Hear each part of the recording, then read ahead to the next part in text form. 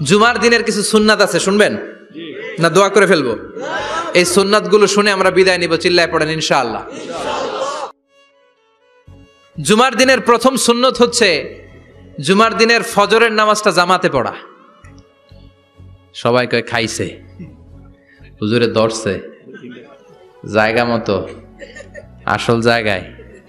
জুমার নামাজের প্রথম সুন্নত হচ্ছে ফজরের নামাজটা কি পড়া? জামাতে। আফদালুস সালাওয়াত ইনদাল্লাহি সালাতুল ফাজরি ফি ইয়াউমিল জুমআতি ফি জামাআ। বিশ্বনবী বললেন জুমার নামাজের 15টা সুন্নত মুখস্থ রাখতে হবে। 1 নাম্বার সুন্নত ফজরের সালাত জামাতে পড়তে হবে। 2 নামাজ মুনাফিকদের কাছে সবচেয়ে কঠিন, একটা হচ্ছে ফজরের নামাজ আর একটা এশার নামাজ। এক আলেমকে জিজ্ঞেস করা হলো ফজরের বাতাসটা এত ঠান্ডা আর স্নিগ্ধ কেন? আলেম উত্তর দিয়েছিল কারণ ফজরের বাতাসে মুনাফিকদের নাকের দুর্গন্ধ মিশে না। ফজরের বাতাসটা স্নিগ্ধ, ফজরের সময় আল্লাহওয়ালাদের আনাগোনা, মুসল্লিদের আনাগোনা, ইসলামের পক্ষের শক্তির আনাগোনা। চিল্লায় বলেন ঠিক কিনা? মসজিদে নববীতে জুমার নামাজের দৃশ্য আর ফজরের নামাজের দৃশ্য ছিল এক। বাংলাদেশে ফজরের নামাজের দৃশ্য আর জুমার নামাজের দৃশ্য এক নাকি? ফজরের নামাজের সময় মুসল্লি নাই, এক কাতারও হয় না, আর জুমার নামাজে পাক্কা মুসল্লি দেরি করে গেলে বারান্দায়ও জায়গা পায় না। কথা কন? তাহলে ফজরের নামাজটা আমরা জামাতে পড়বো ইনশাআল্লাহ। ইনশাআল্লাহ এত আসতে ইনশাআল্লাহ, আরো জোরে পড়েন ইনশাআল্লাহ। মনে থাকবে? 2 নাম্বার সুন্নাহ হচ্ছে আসওয়াক, মেসওয়াক করা। মাথরাতুন লিল ফাম মারদাতুন লিররাব। মেসওয়াক করলে দাঁত পরিষ্কার থাকে, আল্লাহ খুশি হয়ে যায়।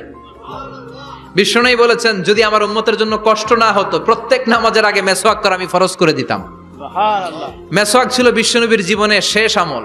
এই মেসওয়াক করে বিশ্বনবী শেষ নিঃশ্বাস ত্যাগ করেছেন। আপনার নবী, আমার নবী, ওনার জীবনের সর্বশেষ আমল ছিল কি? সুবহানাল্লাহ কইবেন না? বিশ্বনবী জাইতুনের ডাল দিয়ে মেসওয়াক করতেন। বিশ্বনবী বলতেন নি'মা সিওয়াকি আয-যাইতুন ফাইন্নাহু সিওয়াকি ওয়া সিওয়াকুল আমবিয়া মিন ক্বাবলি।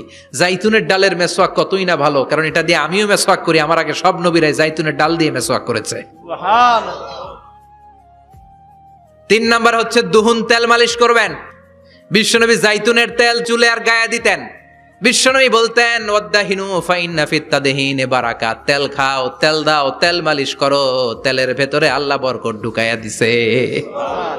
তেল দিবেন তো? 4 নম্বরে আত্তিব, জুমার দিনে সুগন্ধি লাগিয়ে যাওয়া সুন্নাত। লাগাবেন? লাগাতে রাজি আছেন? বিশ্বনবী বলতেন এই দুনিয়ার 3টা জিনিস আমার কাছে সবচাইতে প্রিয়। হুব্বিবা ইলাইয়া মিন দুনিয়াকুম সালাস। 1 হচ্ছে আন-নিসা, নারীদেরকে আমি পছন্দ করি। 2 হচ্ছে আত্তিব, সুগন্ধি লাগাতে আমি পছন্দ করি। বিশ্বনবীরে কেউ সুগন্ধি হাদিয়া দিছে, বিশ্বনবী নেয় নাই, এরকম কোন ঘটনা ঘটে নাই। আল্লাহু আকবার। কুররাতু আইনি ফিস সালাহ।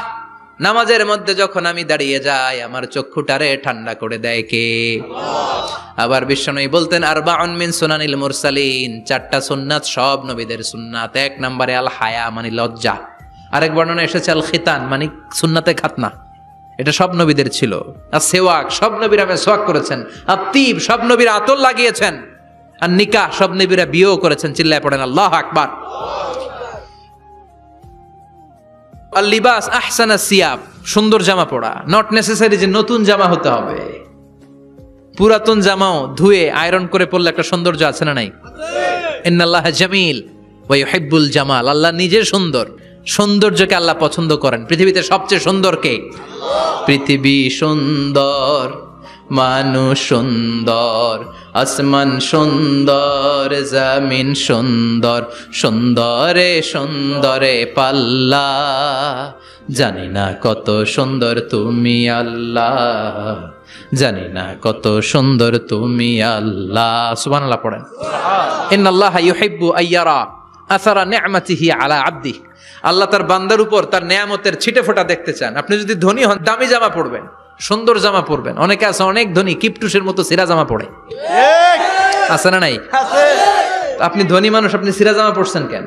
আপনার যে সম্পদ আছে এটার বহিঃপ্রকাশ আল্লাহ দেখতে পছন্দ করে। আপনাকে যে আল্লাহ কি নাজ নেয়ামত দিয়েছে, অহংকার ছাড়া স্বাভাবিক বহিঃপ্রকাশটা আল্লাহ দেখতে পছন্দ করে। কোন সুবহানাল্লাহ। এরপরে ইকসারুস সালাহ আলান নবী, বিশ্বনবীর উপর বেশি বেশি দুরূদ পড়া। বিশ্বনবী বলতেন জুমার দিন শ্রেষ্ঠ দিন, এই দিন আমার উপরে বেশি বেশি দুরূদ পড়ো। ফাইন্না সালাতাকুম মা'রুদাতুন আলাইয়া, কেননা তোমরা যে আমার উপরে দুরূদ পড়ো, আমি মরে যাওয়ার পরে এই দুরূদগুলো কে পাঠিয়েছে তার নাম, তার বাবার নাম সহ ফেরেশতারা আমার কবরে দিয়ে আসে। সুবহানাল্লাহ। সাহাবারা বললেন, ইয়া রাসূলুল্লাহ কাইফা সালাতুনা মা'রুদাতুন আলাইক, আপনি মরে যাওয়ার পরে আমাদের দুরূদ কেমন করে আপনি দেখবেন? ওয়াকাদ আরিমতা, আপনি তো পচে গলে মাটির সাথে মিশে যাবেন।